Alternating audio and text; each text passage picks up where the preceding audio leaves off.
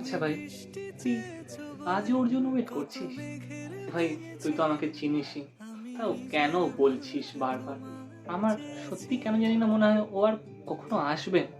ভাই, আর কিছু না পারিস একটু শুভ কথা তো বলতে পারিস। আমি যেটা সত্যি আমার মনে হলো আমি সেটুকুই তোকে বললাম। তুই সত্যিটা অ্যাকসেপ্ট করতে ভুলে গেছিস, তাতে আমার তো দোষ নেই ভাই, এটাই সত্যি। দেখ ভাই, আমি চাই না কোনো সত্যি শুনতে কারোর কাছে। ভাই, তুই তো অন্য কোনো মেয়ের সাথে কথা তো বলতে পারিস অন্তত। তুই তো কারোর সাথে কথাই বলিস না। কথা বললে একটা মানুষের সাথে কানেকশন ফিল হয়েও তো যেতে পারে। আরে ভাই, আমি কথাটা বলবো কোন মুখে? ও আমার 10 লাখ টাকা নিয়ে পালিয়ে গেছে, 10 লাখ। কি? কি বলছিস তুই? আমার বিয়ের জন্য বাবা আর আমি মিলে এই তো 10 লাখ টাকাটা সেভিংস করে রেখেছিলাম। ও ওটা নিয়ে পগার পান। এবার যদি আমি বিয়ের কথা বলতে যাই, তো টাকাটা কোথা দিয়ে দেবো?